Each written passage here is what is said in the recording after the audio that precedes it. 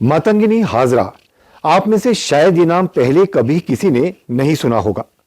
मातंगिनी हाजरा एक अद्भुत, एक महान महिला होने के साथ साथ भारतीय क्रांतिकारी भी थी। महात्मा गांधी की ही तरह दुबला पतला शरीर होने के बावजूद वो अंग्रेजों के साथ लड़ाई लड़ने से कभी भी पीछे नहीं हटी। वो महात्मा गांधी के विचारों से इतना ज्यादा प्रेरित थी कि उनका नाम गांधी बूढ़ी पड़ गया।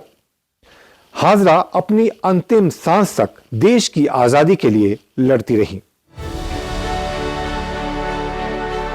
मातंगनी हाजरा, वो नाम जिसने अंग्रेजी हुकूमत से लोहा लिया और देश की आजादी के लिए हर आंदोलन में सबसे आगे रही। मातंगिनी हाजरा का जन्म पश्चिम बंगाल मिदनापुर जिले के होगला गांव के एक अत्यंत निर्धन परिवार में हुआ था। 1932 में महात्मा गांधी के नेतृत्व में देश भर में स्वाधीनता आंदोलन चला। वंदे मातरम का घोष करते हुए जुलूस प्रतिदिन हर जगह निकाला जाता था। जब ऐसा ही एक जुलूस मातंगिनी के घर के पास से निकला तो उन्होंने बंगाली परंपरा के अनुसार शंख ध्वनि से उसका स्वागत किया और जुलूस के साथ ही चल दी।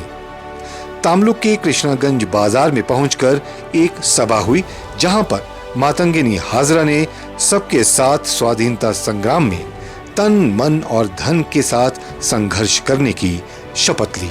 17 जनवरी 1933 को करबंदी आंदोलन को दबाने के लिए बंगाल के तत्कालीन गवर्नर एंडरसन तामलुक क्षेत्र आए तो उनके विरोध में जमकर प्रदर्शन शुरू हो गए।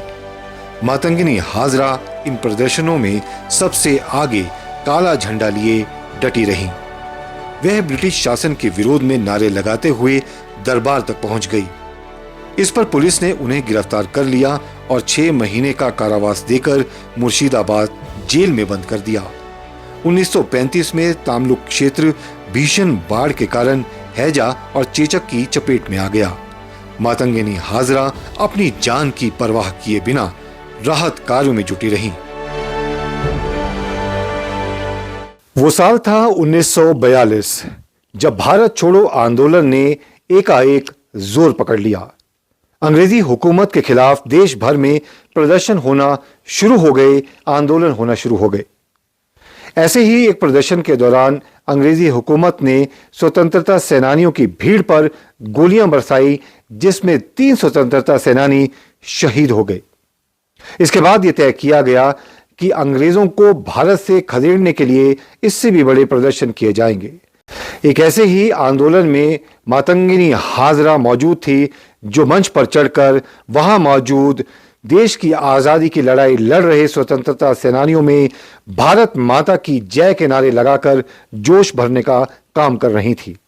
अंग्रेजों से यह बर्दाश्त नहीं हुआ और उन्होंने हाजरा पर एकाएक गोलियां बरसाना शुरू कर दिया, जिसमें 3 गोलियां उन्हें लगी और वो देश की आजादी के खातिर हमेशा हमेशा के लिए अपनी जान न्यौछावर करके अमर हो गईं।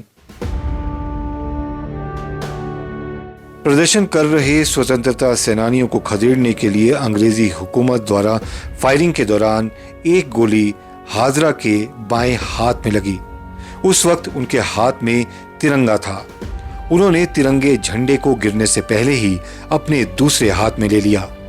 तभी दूसरी गोली उनके दाहिने हाथ में लगी और तीसरी उनके माथे पर लग गई। मातंगिनी हाजरा वहीं पर शहीद हो गई। इस बलिदान से पूरे क्षेत्र में इतना जोश उमड़ा कि 10 दिन के अंदर ही लोगों ने अंग्रेजों को खदेड़कर वहां पर स्वाधीन सरकार स्थापित कर दी, जिसने 21 महीनों तक काम किया। दिसंबर 1974 में भारत की तत्कालीन प्रधानमंत्री इंदिरा गांधी ने अपने प्रवास के समय तामलुक में मातंगिनी हाजरा की मूर्ति का अनावरण कर उन्हें अपने श्रद्धा सुमन अर्पित किए थे। भारत ने 1947 में स्वतंत्रता हासिल की और कोलकाता में हाजरा रोड के लंबे विस्तार सहित स्कूलों, कॉलोनियों और सड़कों के नाम हाजरा के नाम पर रखा गया। स्वतंत्र भारत में कोलकाता में स्थापित महिला की पहली मूर्ति 1977 में हाजरा की थी। तामलुक में जहां उनकी हत्या हुई थी, उस स्थान पर अब एक मूर्ति खड़ी है।